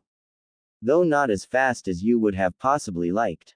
Probably lonely here. No one to talk to, no one to see, you would feel like every second that passes feels like a year. Quote. He continued at her silence. If there's one thing I've learned from being immortal, it's that time is irrelevant. Every second that time passes, feels like an eternity. And every eternity, feels like a second. Hey, did you feel like this, Kagaya? Passing your time as the feared rabbit goddess? Or when you were trapped in the moon? He asked her. Kagaya just blinked at him. He rolled his eyes. Stubborn woman. Around a millennium. Kagaya raised a brow at him, still silent. Around a millennium, since Sasuke and I last battled you. A millennium since I beat you. Since I became a god, achieved peace in the elemental nations, had a family of my own, a millennium, since the world of chakra has ended. That caught Kagaya by surprise as she looked at him. Has it truly been that long? Naruto gave her a sad smile. That's right, Kagaya. A lot has happened over the years. Many threats rose and threatened the planet. Of course, me and Sasuke always stopped them. Many heroes have come and gone, few were strong enough to do the job. But still, the damage was done, the planet suffered much damage from our battles, and each time, it would use the chakra absorbed in its soil to repair itself. Until it was soon all used up, you and I, we're the last that remain of our world. The last children of chakra. The Biju are still around, though I had to recreate their bodies with my own chakra instead of the one used from the Shinju, you. So they are bonded to me. They're not here, right now. I sent them to another dimension I discovered, to see if it is suitable as a home for them. It has a large forest, but strange creatures. Though Matabi and Kurama tend to have an irritating fun time calling me, Tu-san. He grumbled, knowing his two mischievous mates like to use every and all opportunity to tease him, even using his unique, incestuous relationship he had with few of his daughters and sometimes granddaughters. Though he mostly would just shrug and go along with it. It was fun sometimes, but was quickly getting old. Kagaya's eyes widened in shock. Chakra was gone. Impossible. It can't be. Chakra was hers. It can't be gone. Naruto watched as the news shook Kagaya. It concerned him how obsessed Kagaya was when it came to chakra. He had much time to thinking of the woman. The one who ate from the forbidden fruit, gained god-like power, and became corrupted by it. Who sought to enslave the human race through a false paradise illusion, and became obsessed with chakra to be willing to try to kill her own sons because they had it. Or at least, that was what the old man sage told him. He was not one to trust only one side of the story, not anymore at least. He wanted to know Kagaya's side. He gained her power, not her memories. As he looked at Kagaya, he idly recalled the other being sealed in him. Where was Black Zetsu? He did a quick scan, searching through his mind. There he was. He detected Zetsu held in another part of his mind, kept away, but also close. He felt it trying to break free, but to no use. It was not strong enough to break through its bonds. It was a parasite. It manipulated Madara and Obito, holding a large part in leading to the Fourth Great War. He'll take care of it later. He looked up at Kagaya, who now put on an emotionless mask, but he could still see through it. Her eyes held sadness, but also lost. She didn't know what to do now. With chakra gone from the world, she had lost her place on it. She didn't even conjure the thought of breaking free, not that she could, and starting the infinite Tsukuyomi again. There was no need. He frowned and sighed. Kagaya, he called. After a few silent seconds, she looked up at him. He sent her a small smile. Chakra in the world may be gone, but it isn't gone absolutely. At her confused look, he pointed at himself, then at her. You and I are all that is left of chakra. Not to forget Sasuke, and the Biju. We are the only ones who hold all that is left of our world. I have been wandering the world alone for many years. I was lost, and as a god, I could have left the planet many times, but was scared to. What would be the point? But then I remembered you. Kagaya, you and I are all that is left. But we don't have to be alone anymore. He held a hand out to her, taking her by surprise. There are other planets, other realms. I can free you from my body, create a new body for you, one with chakra. You have served you time, and so, I am giving you another chance. I have watched over these humans, guiding them, helping them, and I sense that the time is approaching where I must leave them. I plan to go to another place, and maybe, create a new race. A race that I wish to see if they can be trusted with my gifts. Kagaya narrowed her eyes at him, before they widened in shock as she caught on to what he was saying. Was he? Naruto nodded, seeing she caught on. Yes, I plan to give this new race chakra, and see if they can be trusted, or if they will follow the same mistakes as their predecessors.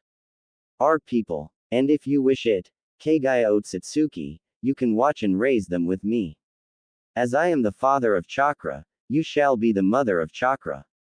A new beginning, a second chance. Will you take it, Kagaya Otsutsuki? Kagaya sat in silence, staring at the outstretched hand. She weighted her choices. Should she accept? She was no fool to think he would recreate her body with all of her powers. No doubt placing limiters on it to prevent her from striking him down. But still, she was tired of being trapped in this wretched prison for so long. It was like being trapped in that blasted moon all over again. She longed to feel the air, to see the relaxing nature again. Also, this could redeem her sins. In her time imprisoned, she had time to reflect on herself, though a part of her still held onto the belief that her plan was a necessary one. She had made so many mistakes. Letting her power corrupt her, enslaving the humans, and most of all, attempting to kill her own precious sons. Now that she thought about it, what she did was a bit extreme. She would admit, she had grown jealous that her own sons hold something she believed should be hers and hers alone. What was she thinking? She should have been proud of them. But no, instead, she tried to kill them to take their chakra. She was a fool. She had let the power of the Shinju, the power of a deity, corrupt her. She looked at Naruto. How could this boy, no, this man, handle not only her, but also the Shinju's power? Not only that, but this boy, he was the one who her son, Hagoromo, entrusted his dream to. The one, who managed to beat her, sure he had help from the Uchiha, but was the one who did most of the fighting and even managed to seal her. The one, who succeeded where she failed, and brought peace. Just, who are you, Naruto Uzumaki? She thought. She then looked at his hand.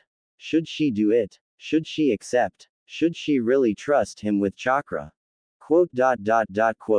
Naruto waited patiently, seeing the chakra mother thinking over her choice. He would not interrupt her. This was her choice. Quote. Quote. Quote. Quote. Quote. I accept, Kagaya said, and grabbed his hand. I will trust the future in your hands. Naruto Uzumaki. With the agreement made between them, it was pretty easy, but incredibly painful, for Naruto to release Kagaya's consciousness from his body and create a flesh and blood body for her to inhabit, thanks to all those biology lessons Sakura and Tsunade taught him. Of course he placed limiters on her new body, a sort of leash to keep her under control and prevent her from turning against him. And so, with Kagaya Otsutsuki pseudo-free, the two gods left the world once known as the Elemental Nations, and headed to a new location in space to create a new world, with a newborn race.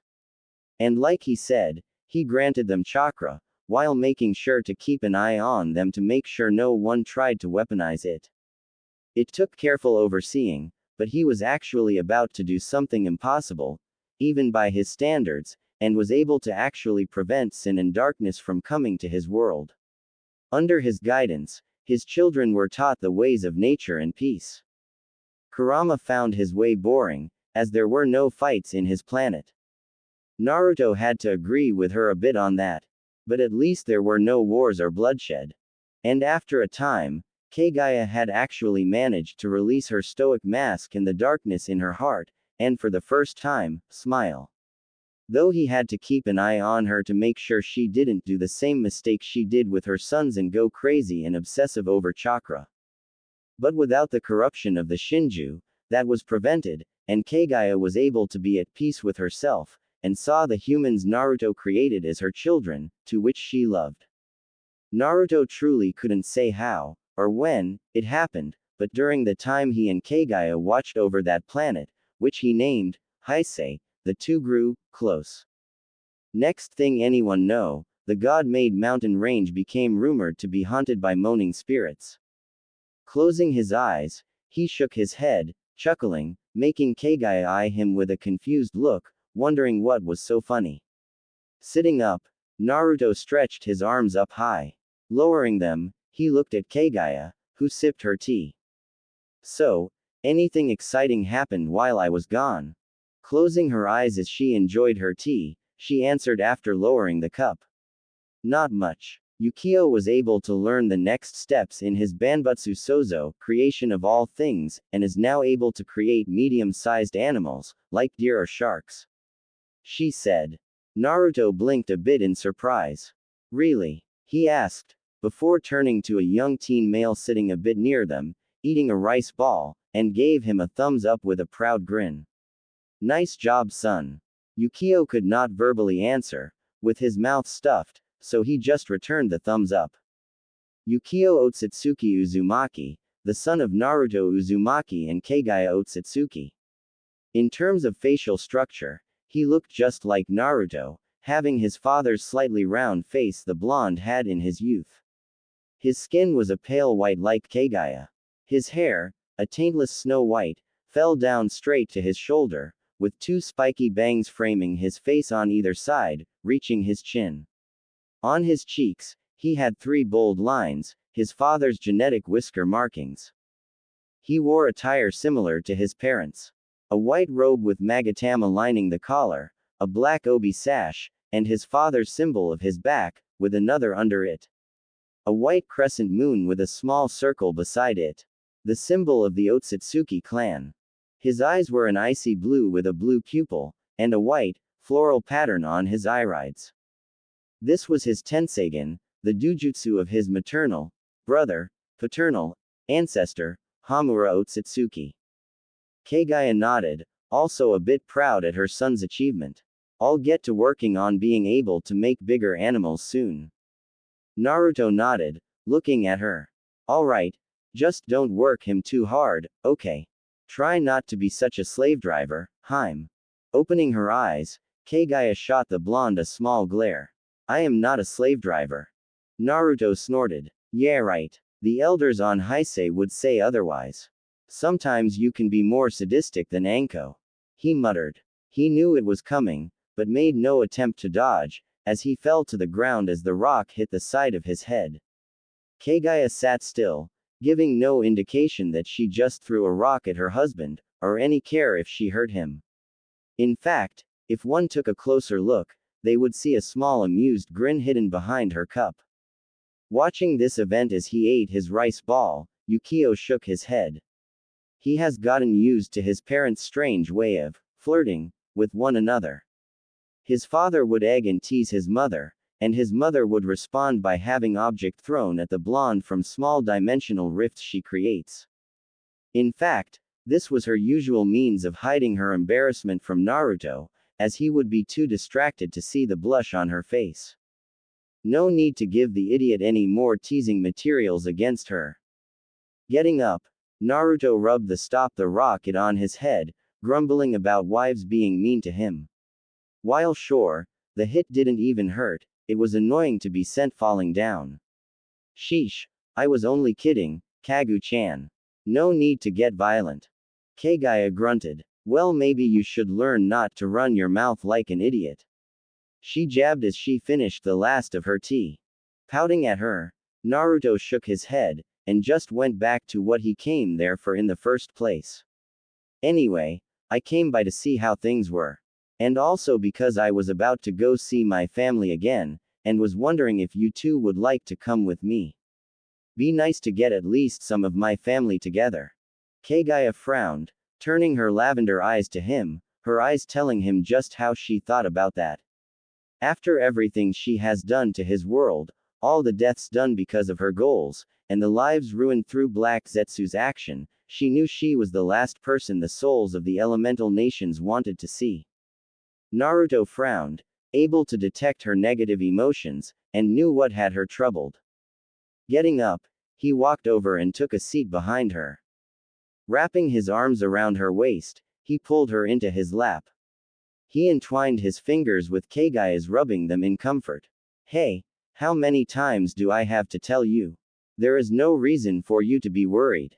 They won't hate you if they understand what you were going through. Everything will be explained, and they will forgive you. With Black Zetsu taken care of, there is nothing to worry about. Let them see the nice person I know you are, and they'll warm up to you. Leaning against her husband, taking comfort in his natural warmth, Kagaya closed her eyes. Even with her beloved's comforting words, doubt lingered in her heart. Could she really be forgiven? Did she deserve forgiveness?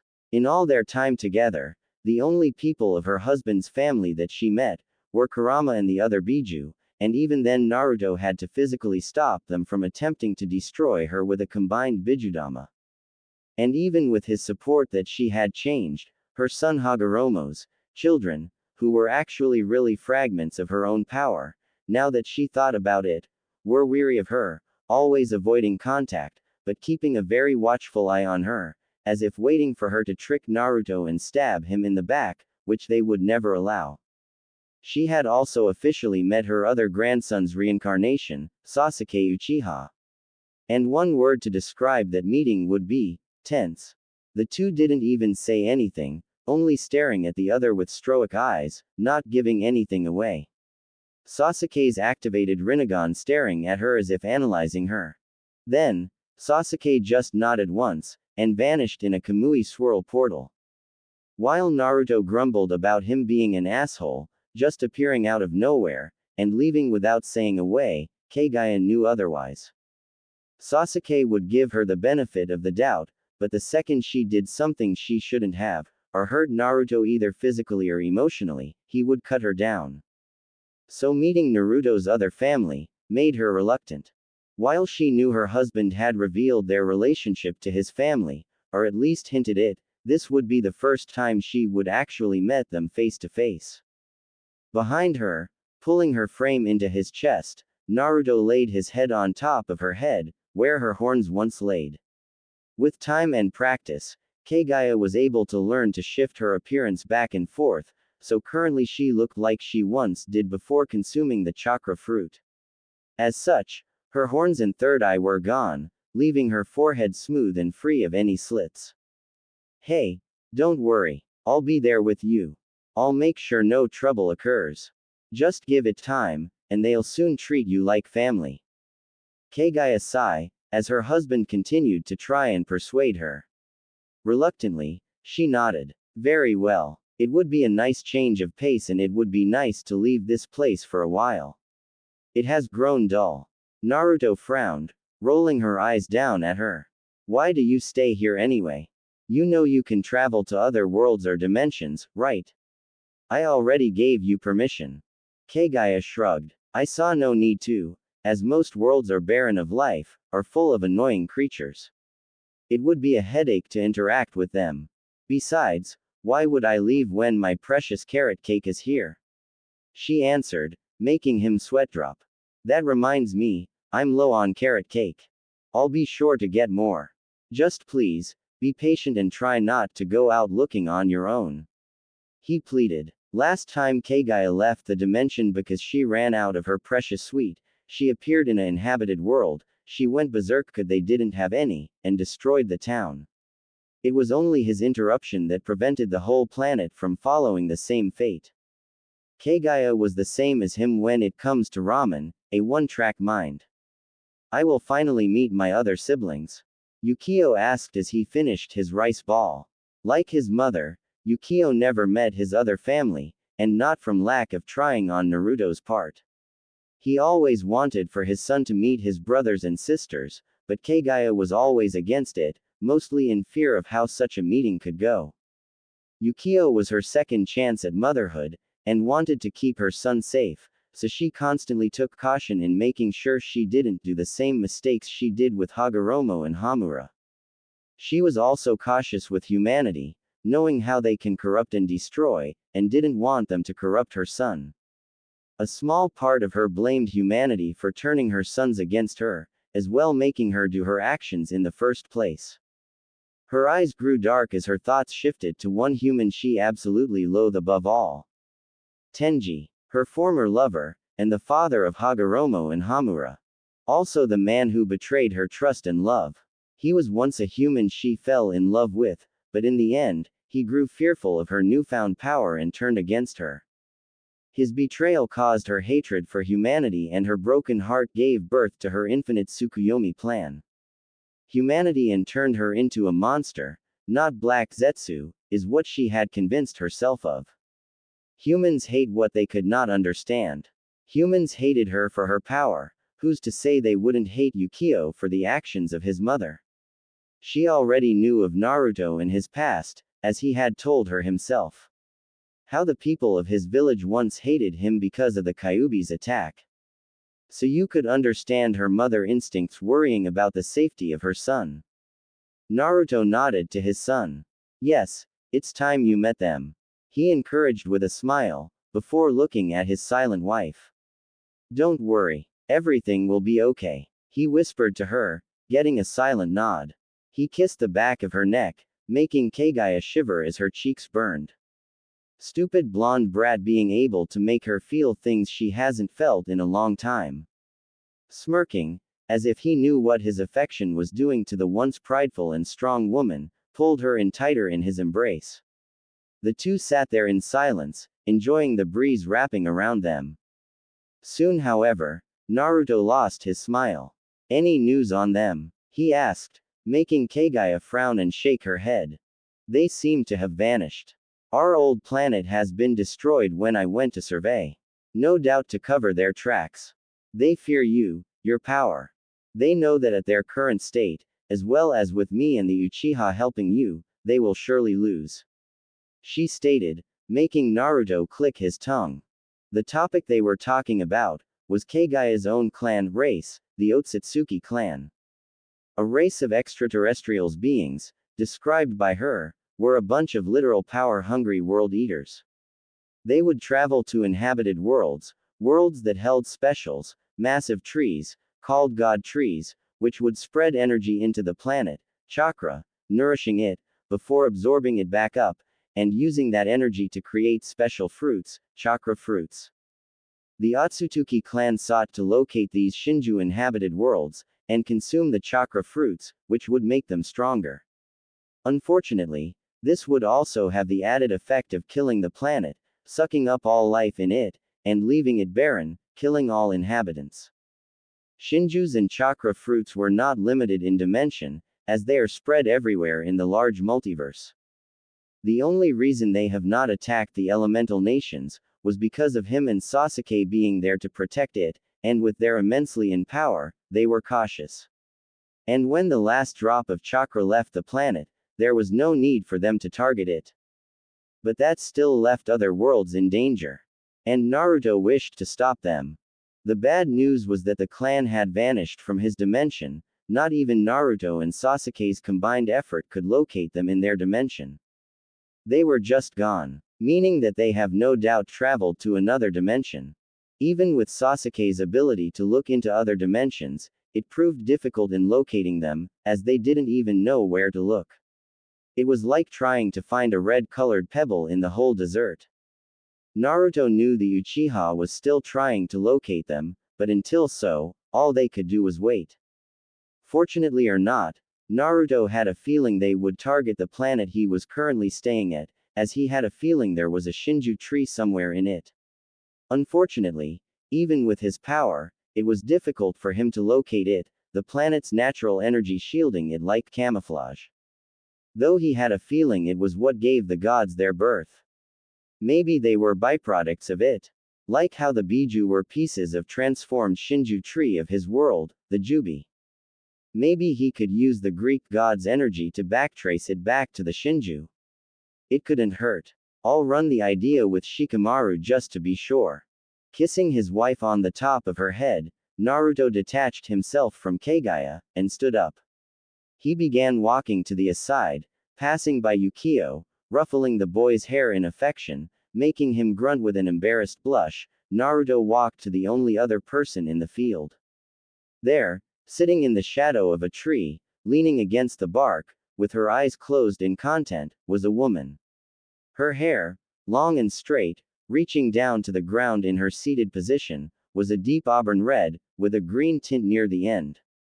Her skin was a beautiful white marble shade, and with her peaceful look on her face, would make one believe she was actually a beautifully crafted statue. She wore a green dress, that on closer inspection, was actually made of blades of grass perfectly entwined with one another to hold tightly and not fall apart.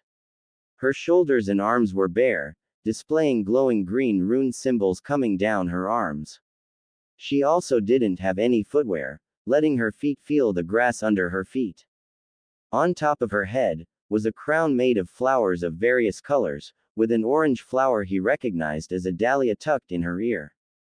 As he approached her, the woman opened her eyes, revealing glowing emerald green. Looking at him, the woman grew a wide happy smile. "Beloved," she greeted. "How are you this wonderful day?"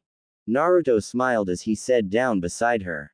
"I am fine, thank you asking. And how are you doing, Lady Gia?" He asked the nature primordial. It had taken some time to come to terms that one. this was in fact Mother Nature, and 2. She always labeled him by the affectionate term, beloved. Yeah, apparently Mother Nature had a crush on him, troublesome. He could just hear Sasuke laughing at him for his misfortune of attracting women like moths to a flame. Oh, why was he born with these amazing good looks and charming personality? Gia smiled at the man who had, unintentionally, won her heart. I am well. Thanks to you. Again, I thank you for crafting this physical form for my soul to inhabit. Naruto, after making contact with Gia, and learning of the pain she was in, used his Banbutsu Sozo to create a human body and Ninjendo, human path, to transfer her soul into the temporary vessel. The vessel contained only around 10% of her overall power, the other 90% still dormant in her previous shell. But even with her power cut, her ability over nature could give Hashirama Senju a run for his money. Shows just how powerful a primordial being was. I'm just glad that you are no longer in pain, Lady Gia. He said, making Gia frown, which he noticed and flinched, hoping he didn't do anything to disrespect her. While he might be powerful, he doubted he could go against a primordial so soon. He had yet to fully control his own primordial power. Please, beloved, you do not need to be so formal towards me. You may call me as you wish. Please, I encourage it, especially after you were able to heal my pain. Naruto rubbed the back of his head. Alright, Gia-chan, he said, making the primordial smile. While she might not understand the suffix term, she understood the tone he gave when he said it to that other woman was one of endearment. While she may not know who the woman was, Gia had a feeling she was this god's consort. Or perhaps one of them, as she knew deities typically tend to have multiple. She herself had a few spouses. Mostly to create children to combat the Greek gods. This plane is very peaceful. So full of life, she noted as she looked around the forest. After putting Gia in her new body, Naruto took her to his dimension to heal, letting the nature chakra in the air seep into her skin and heal her energy. As she healed, he explained the situation to Kagaya, who allowed her to remain there for the time being, understanding the nature mother's need to bask in the very environment she helped create. Naruto felt Kagaya could connect with Gia, being mothers who felt pain and betrayal. So while he returned home, he left Gia in Kagaya's care to heal. Soon, he get a notice from Zetsu sent by Kagaya.